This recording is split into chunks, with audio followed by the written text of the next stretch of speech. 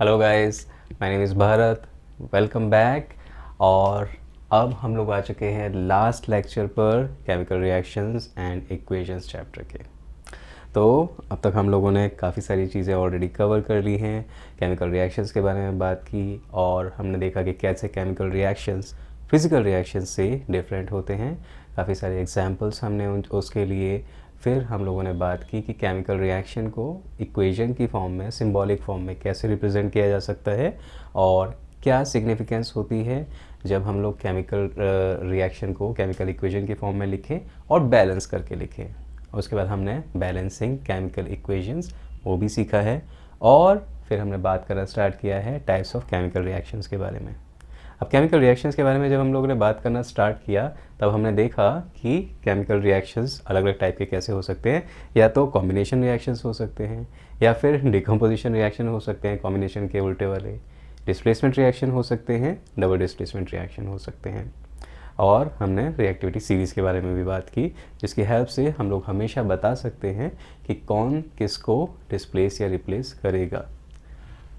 अब last part पर आ गए हैं टाइप्स ऑफ केमिकल रिएक्शंस के और redox reaction it will be the last part. उसके बाद हम लोग एंडोथर्मिक और एक्सोथर्मिक रिएक्शन के बारे में बात कर लेंगे। तो I think types of chemical reaction will be covered. चलिए स्टार्ट करते हैं रेडॉक्स रिएक्शन से। तो रेडॉक्स में एक्चुअली में ये दो चीज़ों से मिलकर बना है रेडॉक्स रिएक्शन। पहला है रिडक्शन और दूसरा है ऑक्सीडेशन। अब ऑक्सीडेशन किसे कहते हैं और रिडक्शन किसे कहते हैं वो देख लेते हैं। तो एक एक्टिविटी आपकी एनसीईआरटी बुक में मेंशन है। तो यहाँ पर आपको ऐसे एक पेट्री डिश के अंदर या चाइना डिश के अंदर यहाँ पर कॉपर पाउडर रखना है थोड़ा सा। कॉपर पाउडर जैसा कॉपर कलर होता है, राइट। कॉपर कलर बिल्कुल अलग ही शाइन देता है, ठीक है। ना उसे येलो कहा जा सकता है, ना उसे कम्प्लीटली रेड कहा जा सकता है, ना उसे कम्प्लीटली ब्राउन कहा जा सकता है। कुछ यूनिक टाइप का ही कलर होता है। तो कॉपर पाउडर आपने लिया, शुरुआत में उस कलर का होगा। अब जब आपने इस कॉपर पाउडर को बर्न करना स्टार्ट करा, लेट्स से यहाँ पर ये है स्प्रिट लैम्प और आपने इस कॉपर पाउडर को बर्न करना स्टार्ट करा है, तो क्या होगा? ये कॉपर पाउडर जो पहले कॉपर कलर का था, अब ये कॉपर पाउडर ऑक्सीजन से रिएक्ट करके ये बना लेता है CuO। अब इसको कहते हैं कॉपर टू ऑक्साइड। तो कॉपर टू ऑक्साइड कॉपर और ऑक्सीजन का एक कंपाउंड है। टू यहाँ पर ये जो लगा हुआ है ये रिप्रेजेंट करता है कॉपर की जो वैलेंसी है, कंबाइनिंग पावर है, वो 2 है। कॉपर की 2 कंबाइनिंग पावर जनरली देखने को मिलती हैं, 1 और 2। तो ये जब ये वाला कंपाउंड बन रहा है तो इसमें उसकी वैलेंसी जो है, कंबाइनिंग पावर जो है वो 2 है। वैलेंसी के बारे में आप क्लास 9th में भी पढ़ चुके हैं और अगर नहीं पढ़ा तो अभी हम लोग कुछ वीडियोस डालेंगे क्लास 9th के लिए भी, आप उसमें देख पाएंगे। तो कॉपर टू ऑक्साइड यहाँ पर फॉर्म हो रहा है। अब इस प्रोसेस के अंदर हुआ क्या कि कॉपर के साथ ऑक्सीजन ऐड हो गया और कॉपर टू ऑक्साइड बन गया। ऐसे रिएक्शन को हम लोग कहते हैं ऑक्सीडेशन रिएक्शन। चलिए इसकी एक बार डेफिनेशन लिख देते हैं। Oxidation reactions are those reactions in which oxygen is added। सबसे पहले तो ऑक्सीजन जहाँ पर ऐड होती है किसी सब्सटेंस में उसे ऑक्सीडेशन रिएक्शन कहते हैं। तो ये थी डेफिनेशन ऑक्सीडेशन की। अब एक और चीज़ जो है याद रखने वाली है, the substance on which oxygen is added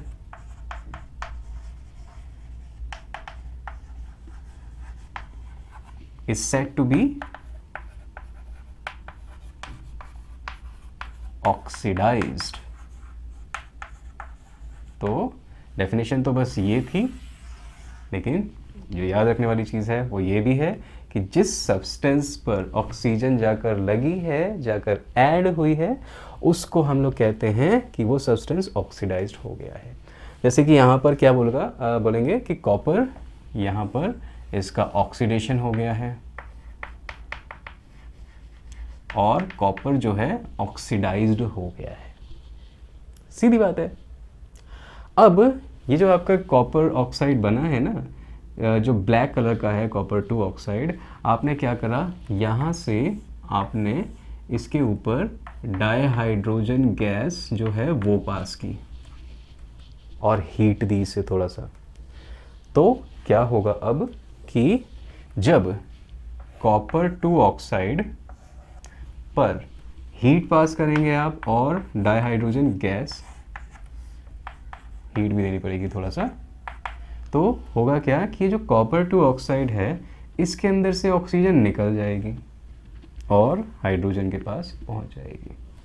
तो इस बारी क्या होगा कि कॉपर जो है अगेन अपना जो कलर था ना कॉपर का, मैंने बताया था ना कॉपर का एक अलग ही ब्रिलियंट टाइप का कलर होता है, तो वो दोबारा से कॉपर अपना कलर गेन कर लेगा। ये तो था ब्लैक और वो दोबारा से कॉपर अपनी शाइन गेन कर लेगा और इस प्रोसेस के अंदर H2O बन जाएगा, वाटर। ओके, वाटर वैसे लिक्विड नहीं बनेगा, वो स्टीम के फॉर्म में बनेगा, उड़ेगा वहाँ से।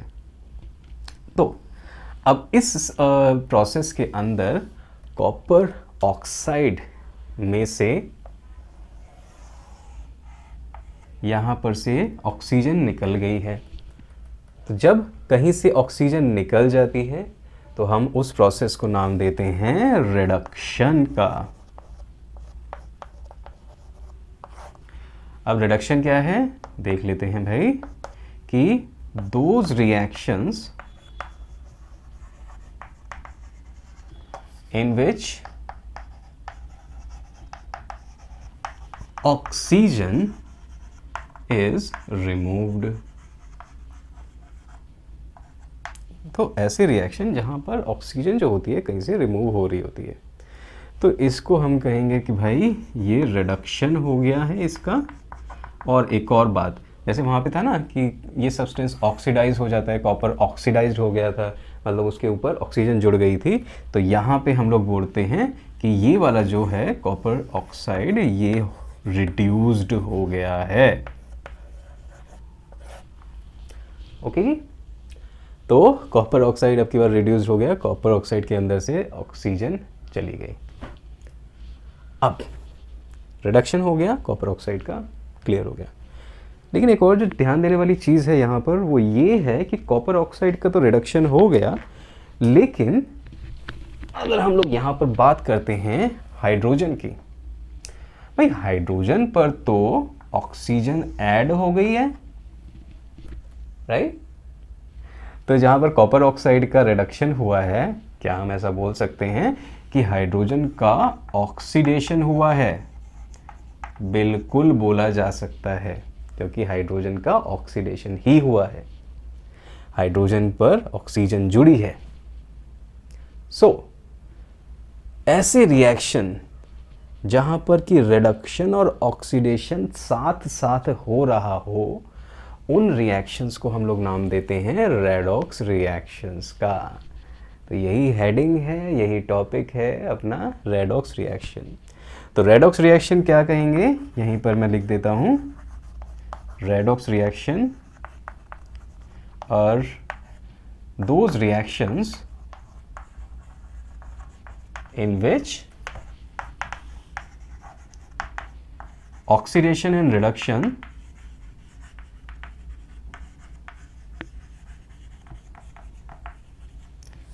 take place simultaneously।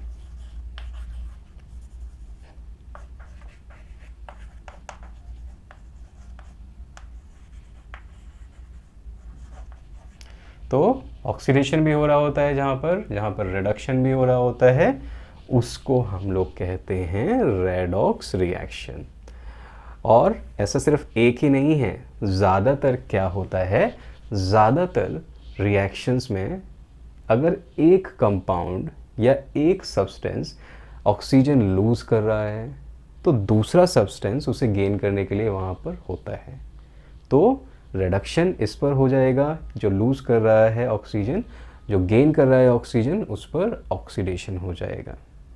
तो हम लोग कहते हैं ऐसा कि ऑक्सीडेशन रिडक्शन रिएक्शंस जो होते हैं ना, वो जनरली एक पेयर की फॉर्म में, एक जोड़े की फॉर्म में हमें देखने को मिलते हैं। इसीलिए अलग अलग बोलने की जगह दोनों का कॉमन नेम रेडॉक्स बोल दिया है।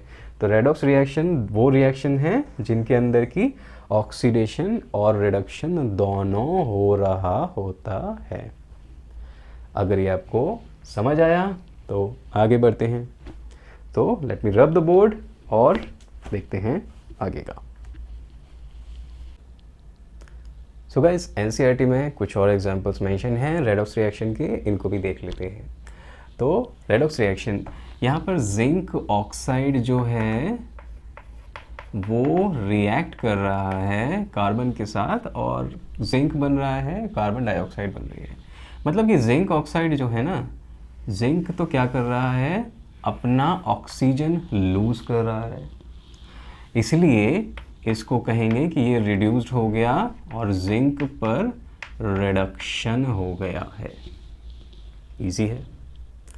दूसरा, हमारे जो कार्बन भाई साहब हैं, ये कार्बन भाई साहब जो हैं ऑक्सीजन गेन कर रहे हैं, और जब ऑक्सीजन गेन कर रहे हैं कार्बन भाई साहब तो इन पर ऑक्सीडेशन हुआ है और हम कहेंगे कार्बन ऑक्सीडाइज्ड हो गया है।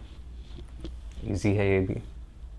ऐसे ही यहाँ पर मैंगनीज Mn, मैंगनीज डाइऑक्साइड इसे बोलते हैं। तो मैंगनीज डाइऑक्साइड जब HCl के साथ रिएक्शन करता है तो MnCl2 बनाता है। मैंगनीज क्लोराइड, इसे Mn2 क्लोराइड भी बोलते हैं, मैंगनीज 2 क्लोराइड भी बोलते हैं, क्योंकि इसकी वैलेंसी 2 होती है। ज़्यादा ध्यान नहीं देंगे क्योंकि थोड़ा डिटेल में नहीं जा रहे हैं, ये रिएक्शन बाद में आएंगे आपके पास। तो यहाँ पर ऑक्सीजन मैंगनीज से निकलकर जा रहा है, तो हम लोग ऐसा बोलेंगे कि भाई मैंगनीज पर ऑक्सीडेशन नहीं, रिडक्शन हुआ है। ठीक बात। और HCl को देखते हैं तो हाइड्रोजन ने ऑक्सीजन गेन कर ली है। यहाँ पर पहले क्लोरीन थी, अब ऑक्सीजन गेन कर ली उसने, तो इन भाई साहब के पास हो गया, इन भाई साहब का हो गया ऑक्सीडेशन। ठीक है। तो ये भी एक रेडॉक्स रिएक्शन है, क्योंकि रिडक्शन और ऑक्सीडेशन दोनों हो रहे हैं। ये भी एक रेडॉक्स रिएक्शन है, रिडक्शन ऑक्सीडेशन दोनों हो रहे हैं। सही बात है। अब एक जो कॉन्सेप्ट है छोटा सा ही है, ज़्यादा नहीं दिमाग लगाएंगे उसमें, और छोटा सा ही है, समझ में भी जल्दी आ जाएगा। कॉन्सेप्ट है रिड्यूसिंग एजेंट और ऑक्सीडाइजिंग एजेंट का।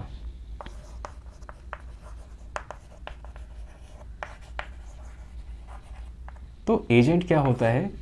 एजेंट क्या होता है? वो केमिकल होता है जो कि कुछ करवा रहा होता है, और अगर वो एजेंट या वो केमिकल रिडक्शन करवा रहा होगा तो वो रिड्यूसिंग एजेंट बन जाएगा, और अगर वो ऑक्सीडेशन करवा रहा होगा तो वो ऑक्सीडाइजिंग एजेंट बन जाएगा।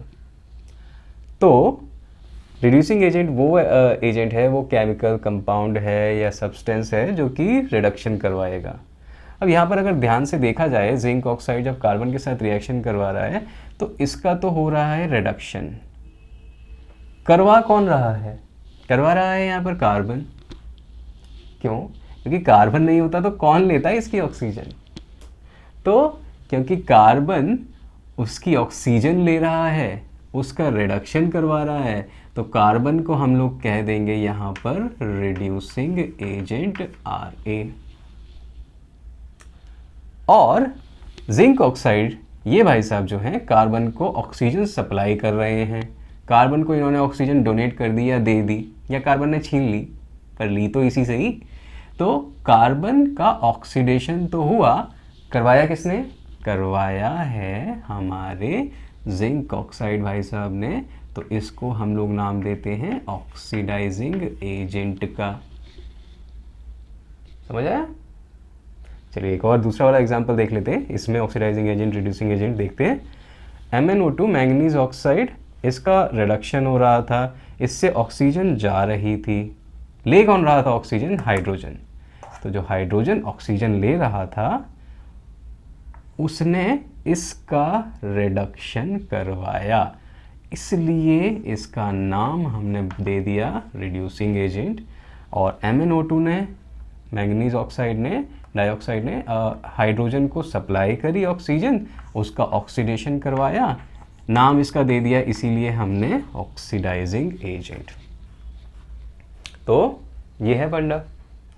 और अगर आपको कभी समझने में थोड़ा प्रॉब्लम हो ना, तो ये ध्यान रख लेना, जिसका रिडक्शन हो रहा होगा वो ऑक्सीडाइजिंग एजेंट होगा, जिसका ऑक्सीडेशन हो रहा होगा खुद का वो रिड्यूसिंग एजेंट होगा, बस। तो जिसका खुद का रिडक्शन हो रहा होगा वो ऑक्सीडाइजिंग एजेंट होगा, और जिसका खुद का ऑक्सीडेशन हो रहा होगा वो रिड्यूसिंग एजेंट होगा। सिंपल सी बात है। तो ये फंडा था यहाँ पर।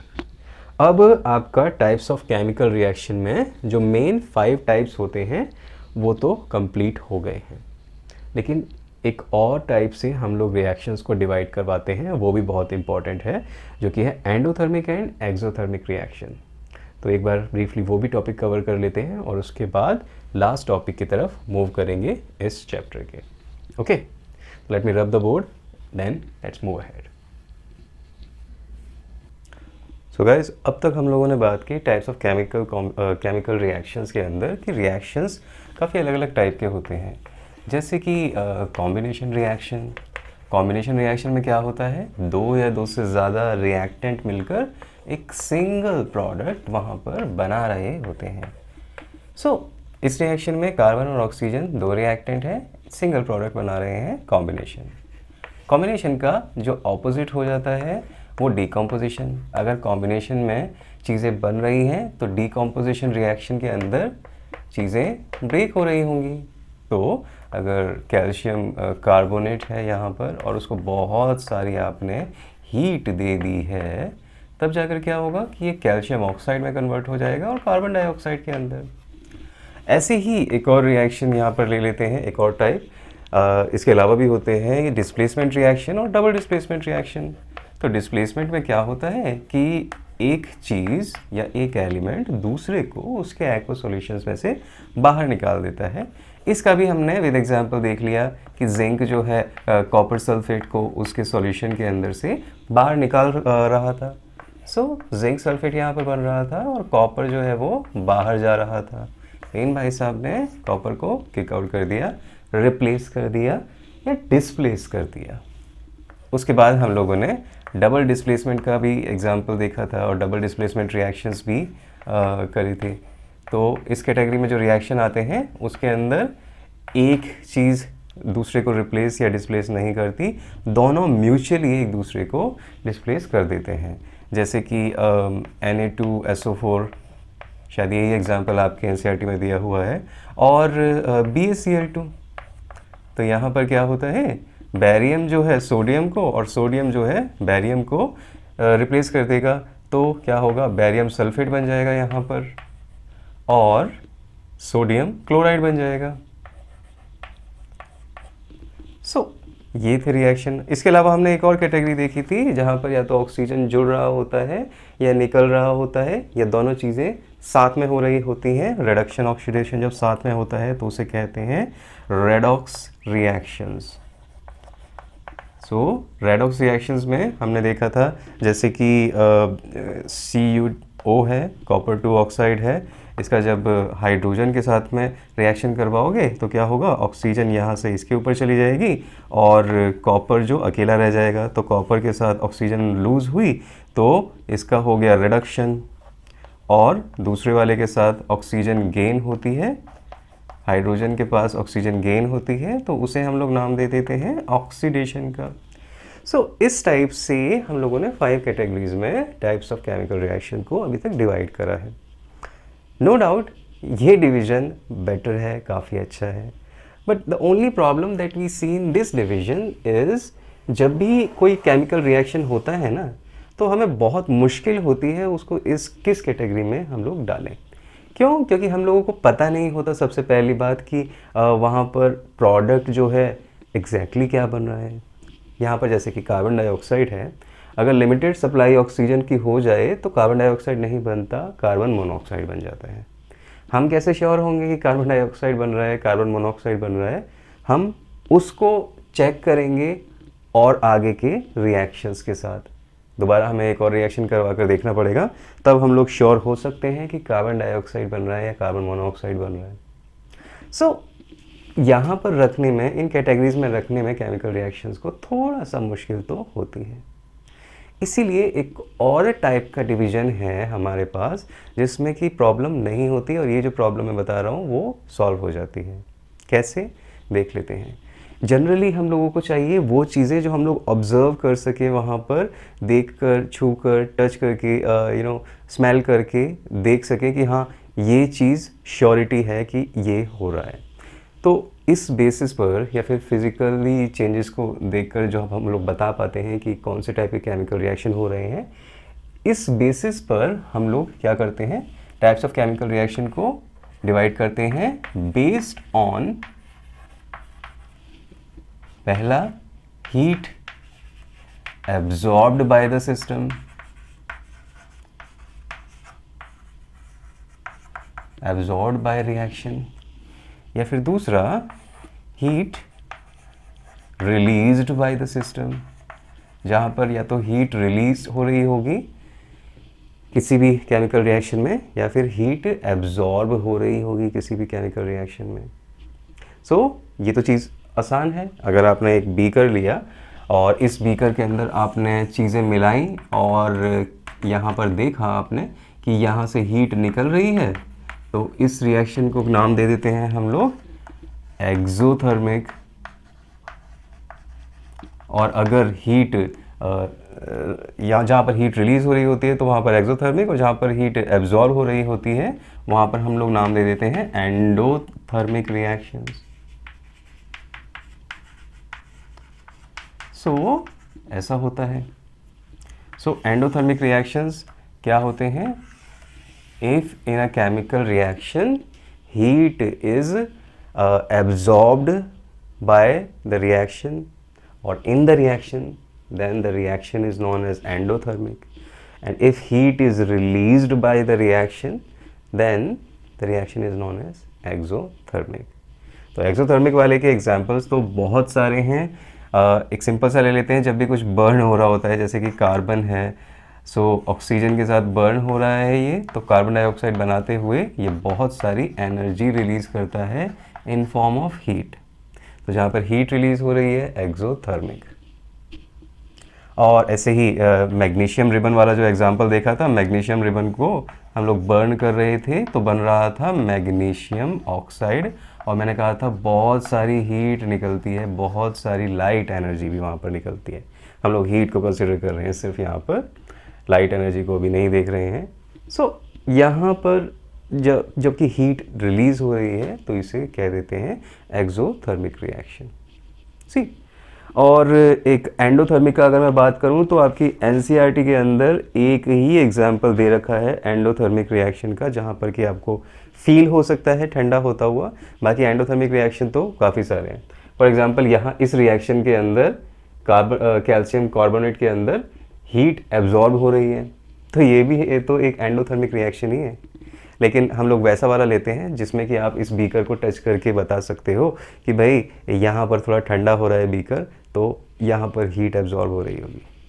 सो इसका एग्जांपल देख लेते हैं। बैरियम हाइड्रोक्साइड जब रिएक्शन करता है अमोनियम क्लोराइड के साथ, तो बैरियम हाइड्रोक्साइड जब रिएक्शन करता है अमोनियम क्लोराइड के साथ, सो होता क्या है, यहाँ पर अमोनियम हाइड्रोक्साइड बनता है और बैरियम क्लोराइड बनता है, तो BaCl2 बनता है, और यहाँ पर बनता है ammonium hydroxide NH4OH।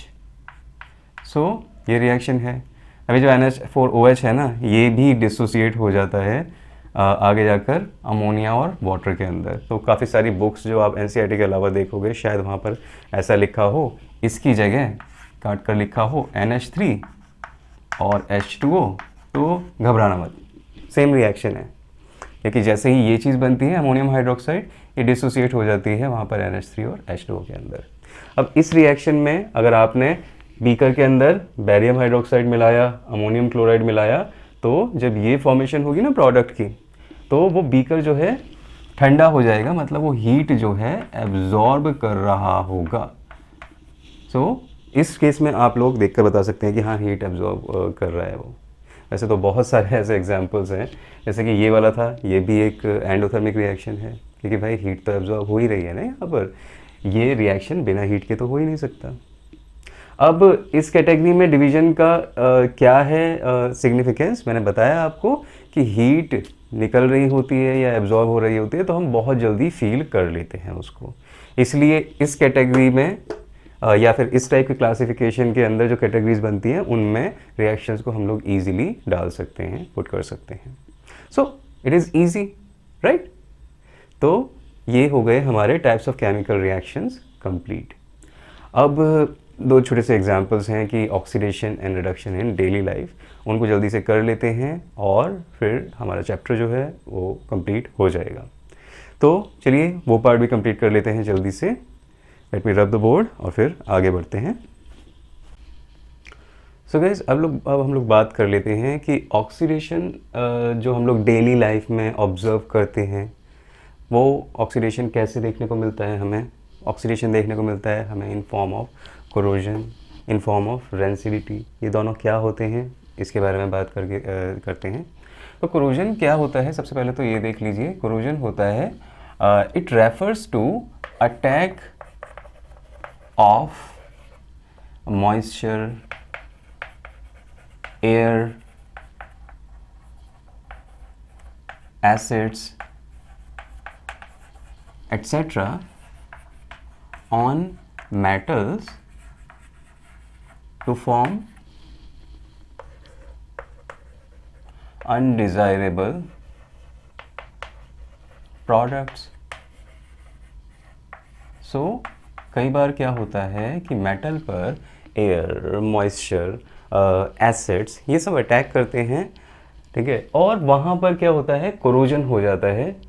Usually metal के बारे में बात करते हैं हम लोग, बट नॉन मेटल के साथ भी ऐसा ही कुछ केस होता है। तो यहाँ पर जब होता है मेटल के साथ रिएक्शन, एयर का, मॉइस्चर का, एसिड्स का, तो वो यूजुअली अनडिज़ायरेबल प्रोडक्ट हमें देता है। फॉर एग्ज़ाम्पल आपने वो देखा होगा मैग्नीशियम रिबन को जब हम लोग बर्न कर रहे थे ना, तो होता क्या है, कई बार मैग्नीशियम रिबन को आप बर्न करना चाहोगे और ये रिएक्शन होगा ही नहीं। ऐसा क्यों होता है? क्योंकि मैग्नीशियम जो है एक मेटल है और मैग्नीशियम बहुत इजीली ऑक्सीजन के साथ रिएक्शन कर जाता है और एक हल्की सी लेयर अपने ऊपर जमा लेता है।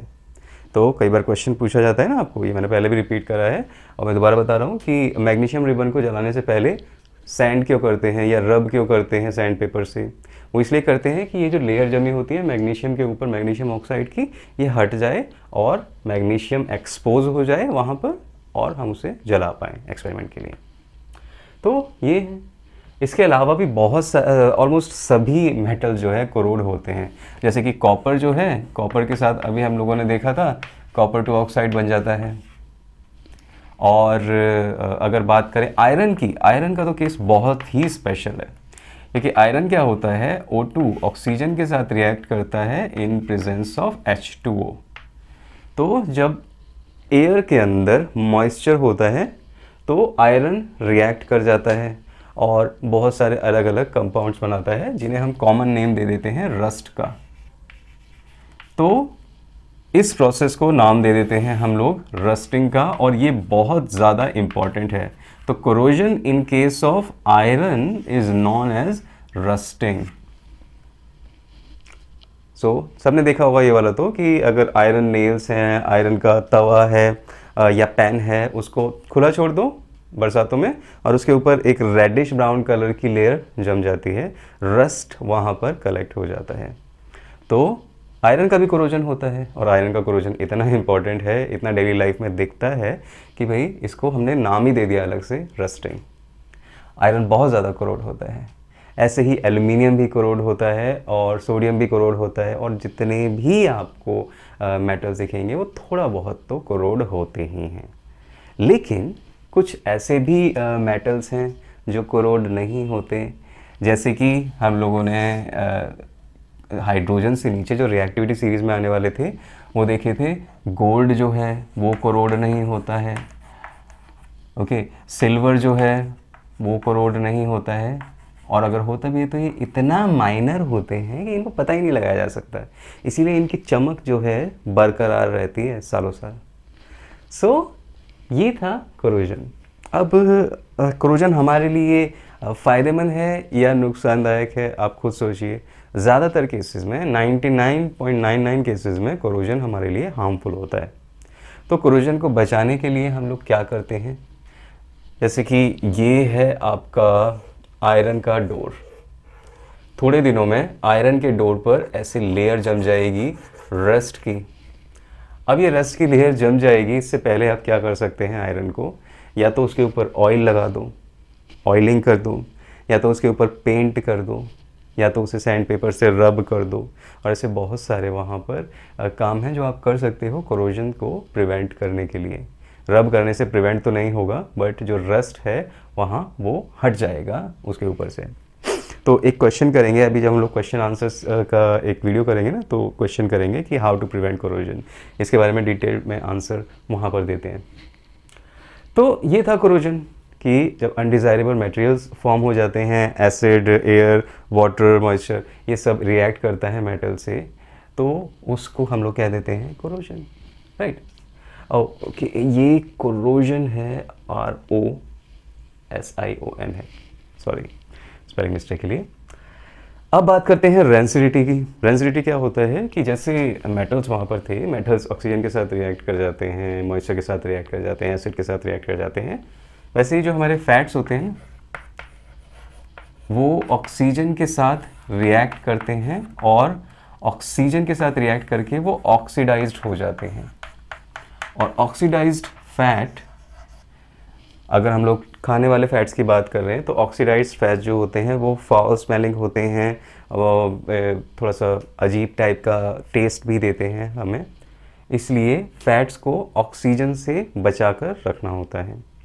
इसका एक बहुत ही अच्छा एग्जांपल जो है वो एनसीईआरटी में एक क्वेश्चन की फॉर्म में भी आपको पूछा हुआ है। क्या होता है कि जब आप चिप्स खरीदने जाओ तो चिप्स का पैकेट जो होता है इस टाइप से फ्लैट नहीं आता है, वो इस टाइप से कुछ फूला हुआ बिल्कुल आता है चिप्स का पैकेट आपको, और उसके अंदर चिप्स से ज़्यादा आपको हवा मिल जाती है। तो जो हवा होती है ये हवा एक्चुअल में नाइट्रोजन होती है, क्योंकि फैट्स जो है वो नाइट्रोजन के साथ रिएक्शन तो करते नहीं हैं, सो फैट्स वहाँ पर ऑक्सीडाइज नहीं होंगे। लेकिन अगर ऑक्सीजन के साथ रिएक्शन होगा तो फैट्स जो है वो ऑक्सीडाइज्ड हो जाते हैं। समझ में आ गई बात? सो जब ऐसा होता है, फैट्स के ऑक्सीडेशन होता है, तो उसको हम लोग नाम देते हैं रेंसिडिटी का। Simply oxidation of fat is rancidity कह सकते हैं आप। तो फैट का कन्वर्जन हो जाता है रेंसिड होने के बाद बिटर टेस्टिंग या foul testing, foul smelling substances में, जो कि बेसिकली ऑक्सीडाइज्ड फैट होते हैं।